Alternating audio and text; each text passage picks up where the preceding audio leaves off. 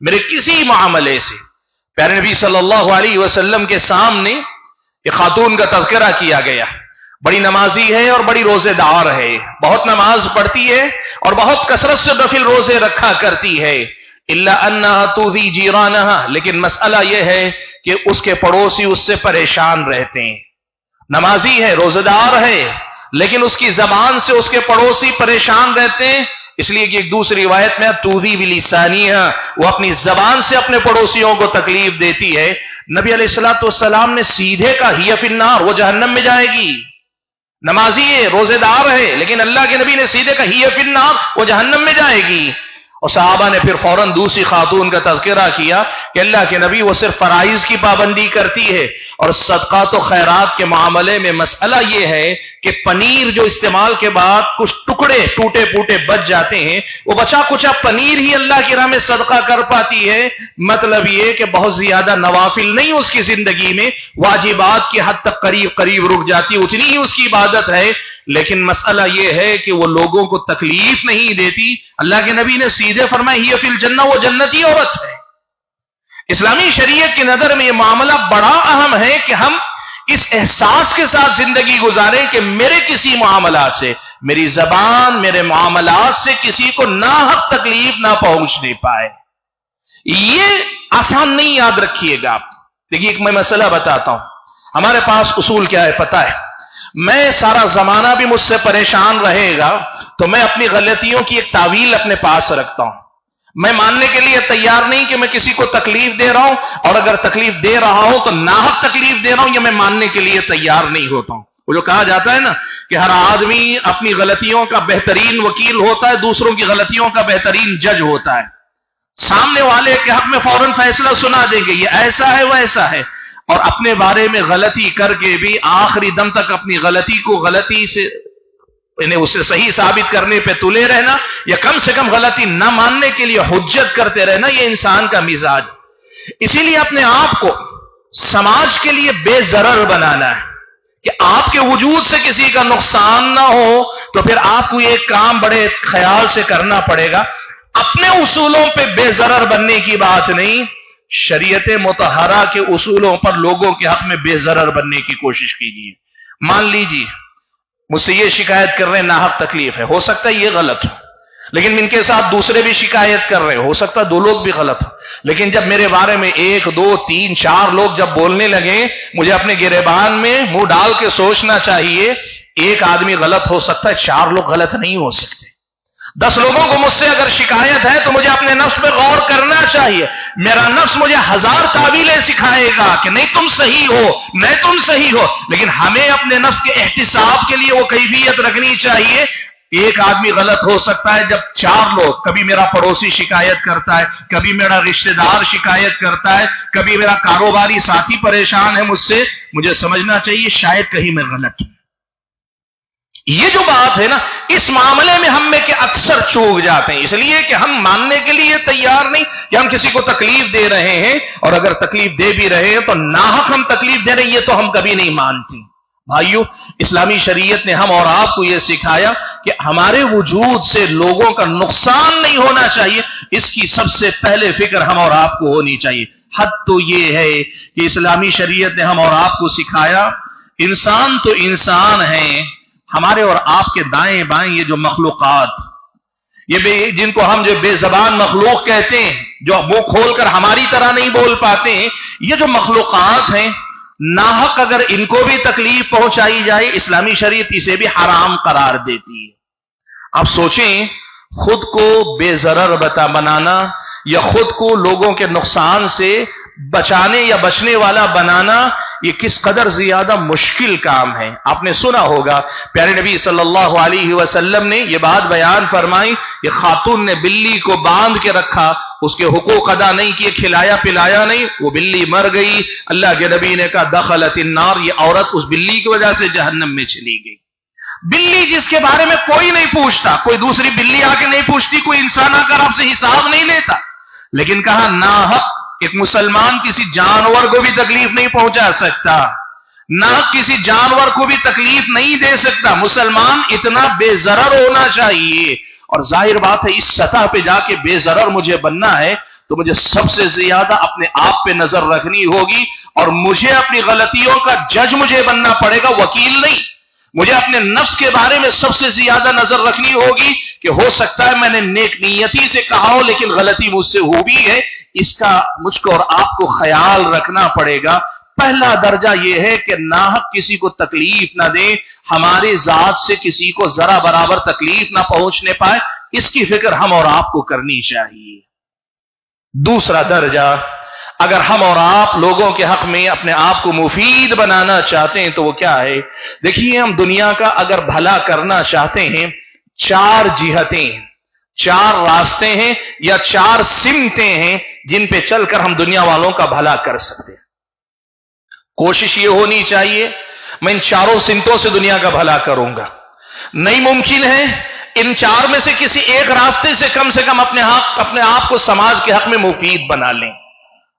اپنے آپ کو سماج کے لیے مفید بنانے کی چار سمتیں، ان میں سے کسی بھی راستے سے ہم اور آپ سماج کے لیے مفید بن گئے، انشاءاللہ اللہ تعالیٰ کے پاس اس فضیلت کے مستحق ہو جائیں گے، ہم لوگوں میں بہترین لوگوں میں شامل کر لیے جائیں گے۔ کیا ہیں وہ چار سمتیں؟ ان کو ذرا تفصیل سے ہم اور آپ سمجھتے ہیں۔ سب سے پہلی سمت یا جہت یہ ہے، سب سے پہلا راستہ کہیے جہاں سے ہم لوگوں کا بھلا کر سکتے ہیں، وہ یہ کہ لوگوں کو دنیاوی نقصان سے بچانے والے بچ جائیں۔ کسی بھی انسان کا دنیاوی اعتبار سے کوئی نقصان ہونے والا ہے یا ہو رہا ہے یا نقصان میں مبتلا ہے وہ انسان، ہمیں اللہ تعالیٰ نے اس مقام پہ رکھا ہے جہاں سے ہم اور آپ کسی انسان کو نقصان سے بچا سکتے ہیں۔ نقصان میں مبتلا ہو رہا ہے، اس سے پہلے اسے روک لے سکتے ہیں۔ وہ نقصان میں مبتلا ہو گیا ہے، اسے باہر نکال سکتے ہیں، بچا سکتے ہیں، ڈوبنے والے کو ڈوبنے سے باہر نکالنے کی طرح۔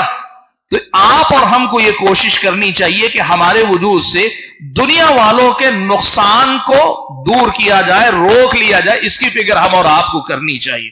کیسے ہوگا یہ؟ مثال کے طور پر ہم اور آپ دیکھتے ہیں راستے میں ہم کھڑے ہیں، گڈھا پڑا ہوا ہے، بارش کا بھی موسم ہے، اب جانتے ہیں پانی جمع ہو جائے تو ٹو ویلر والے، راستہ چلنے والوں کو پتہ نہیں چلتا کہاں گڈھا ہے۔ آپ اس گڑھے پہ کوئی نشانی رکھ دیں، کوئی پتھر رکھ دیں، دائیں بائیں کوئی چیز ایسی کر دیں کہ جس سے وہاں سے گزرنے والے کو سمجھ میں آ جائے کہ یہاں خطرہ۔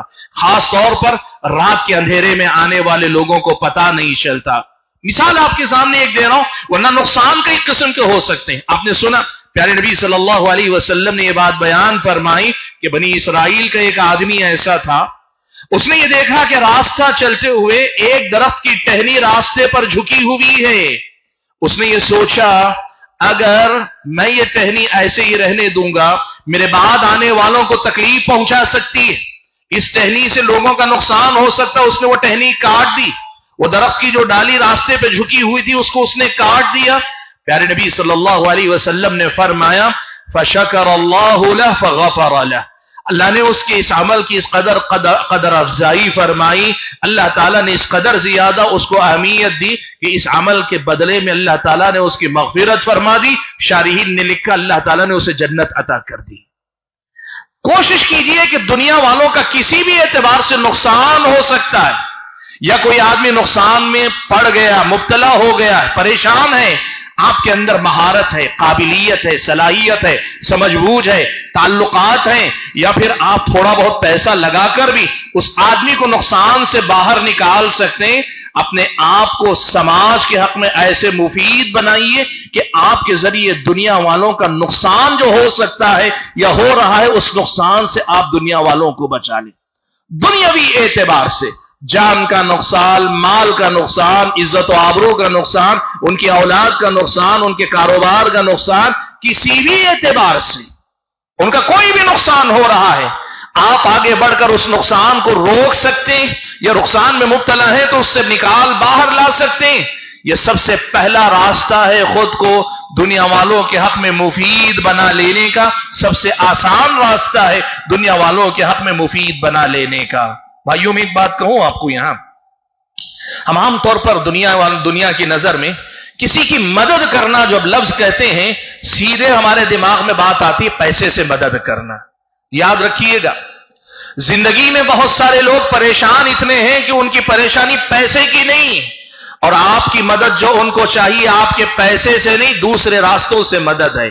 کئی بار کیا ہوتا ہے پتہ ہے، کچھ لوگ ذہنی طور پر زندگی کے مسائل، زندگی کی مشکلات میں اس قدر زیادہ گھرے رہتے ہیں کہ کوئی بیٹھ کر ہمدردی کے ساتھ ان کی بات سن لے، یہ بھی اس انسان کی بہت بڑی مدد ہوتی ہے. آپ کچھ نہیں کر سکتے اور کچھ کریں بھی نہیں، صرف اس آدمی کے ساتھ بیٹھ کر آپ اس کی تکلیف کو پوری یکسوئی کے ساتھ سن لیں، توجہ کے ساتھ سن لیں، آپ ہمدردی کے ساتھ سن لیں گے، وہ اپنے اندر کے غبار کو باہر نکال دے، اپنے اندر کی پریشانی کو باہر نکال دے تو وہ آدمی ہلکا ہو جائے گا. یہ مدد اتنی بڑی ہے کہ آپ کبھی لاکھوں روپیہ دے کر اس کی وہ مدد نہیں کر سکتے جتنی مدد اس سے ہو جاتی. کتنے ایسے ہمارے بھائی، کتنی ہماری بہنیں ایسی ہوں گی کہ ہماری بہنیں اگر اپنے وہ جو مجلسوں میں غیبتیں وغیرہ ہوتی اس سے ہٹ کر اگر انفرادی سطح پہ بیٹھ کر کسی کا غم ہلکا کر لے، کسی کی تکلیف صرف سن لے، اتنی بڑی مدد ہو جائے گی کہ ہم اندازہ نہیں لگا سکتے. میں نے کہا پہلا راستہ جہاں سے ہم دنیا والوں کا بھلا کر سکتے ہیں، ان کو نقصان سے بچا لیں. وہ نقصان میں مبتلا ہونے جا رہے ہیں، روک لیں، اور اگر وہ مبتلا ہو چکے ہیں ان کو باہر نکالنے کی کوشش کریں. یہ ہے کسی آدمی کو دنیاوی اعتبار سے فائدہ پہنچانے کی کوشش کرنا ایک راستہ. دوسرا راستہ کیا ہے؟ دنیاوی اعتبار سے فائدہ پہنچائیں. آپ کیسے دنیاوی اعتبار سے فائدہ پہنچائیں گے؟ کسی بھی حیثیت سے آپ لوگوں کا بھلا کریں، دنیا کے اعتبار سے کام آئیں. اس کو عام الفاظ میں کہا جاتا ہے نا خدمت خلق. خدمت خلق، مخلوقات کے کام آئی ہے. آپ ڈاکٹر بنیے، انجینئر بنیے، آپ کوئی بھی سماجی خدمت کار بنیے، کچھ بھی بنیے، آپ کی اپنی روزی روٹی کا مسئلہ ہوگا اپنی جگہ، لیکن آپ کی نیت اصل میں خدمت کی نیت ہونی چاہیے. پیارے نبی صلی اللہ علیہ وسلم نے کتنے پیارے انداز میں یہ بات اللہ کے نبی نے ہم اور آپ کو سکھائی. ذرا دیکھیے، اللہ کے نبی صلی اللہ علیہ وسلم نے صدقے کی مختلف شکلیں گنائیں تو ان میں آپ صلی اللہ علیہ وسلم نے یہ بھی ارشاد فرمایا، کہا تعین صانعا او تصنع لاخرق.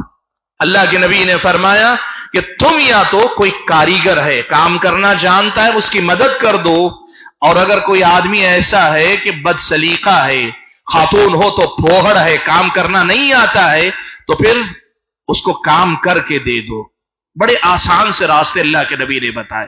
آپ کے سامنے کوئی آدمی کوئی کام کر رہا ہے اور وہ کام جانتا ہے لیکن اکیلا کر رہا ہے یا دو لوگ کر رہے ہیں اور آپ کو لگتا ہے کہ کام بڑا ہے، زیادہ ہے، آپ اس میں ہاتھ بٹا سکتے ہیں، تھوڑی سی مدد کر سکتے ہیں، اس کے کام کو آسان کر دے سکتے ہیں.